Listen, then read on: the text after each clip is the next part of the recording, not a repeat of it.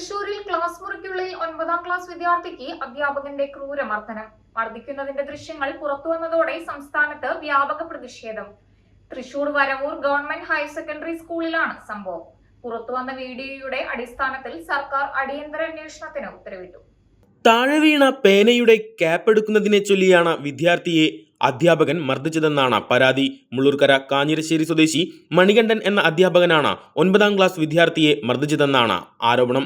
അധ്യാപകൻ വിദ്യാർത്ഥികളെ മർദ്ദിക്കുന്നത് പതിവാണെന്ന ആരോപണത്തെ തുടർന്നാണ് സഹപാഠികൾ മൊബൈൽ ഫോണിൽ ദൃശ്യങ്ങൾ പകർത്തിയതെന്നാണ് വിവരം.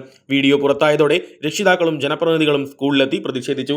സംഭവം വേദനാജനകമാണെന്നും ഇനി ഒരു കുട്ടിക്കും ഇത്തരം അനുഭവം ഉണ്ടാകരുതെന്നും വിദ്യാർത്ഥിയുടെ പിതാവ് ബാബു പ്രതികരിച്ചു.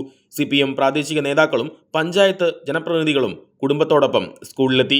സംഭവത്തിൽ ബാലാവകാശ കമ്മീഷനിലും ചെറുതുരുത്തി പോലീസിലും പരാതി നൽകുമെന്ന് കുടുംബം അറിയിച്ചു. അതിനിടെ വീഡിയോ പുറത്തുവന്നതിന് പിന്നാലെ സർക്കാർ ഇടപെട്ടു. അന്വേഷണം നടത്തി റിപ്പോർട്ട് സമർപ്പിക്കാൻ വനിതാ ശിശുവികസന മന്ത്രി ബിന്ദു കൃഷ്ണ വകുപ്പ് സെക്രട്ടറിക്ക് നിർദ്ദേശം നൽകി. തൃശൂർ ജില്ലാ ചൈൽഡ് പ്രൊട്ടക്ഷൻ ഓഫീസറോടും ഉടൻ അന്വേഷണം നടത്തി റിപ്പോർട്ട് നൽകാനും നിർദ്ദേശിച്ചിട്ടുണ്ട്.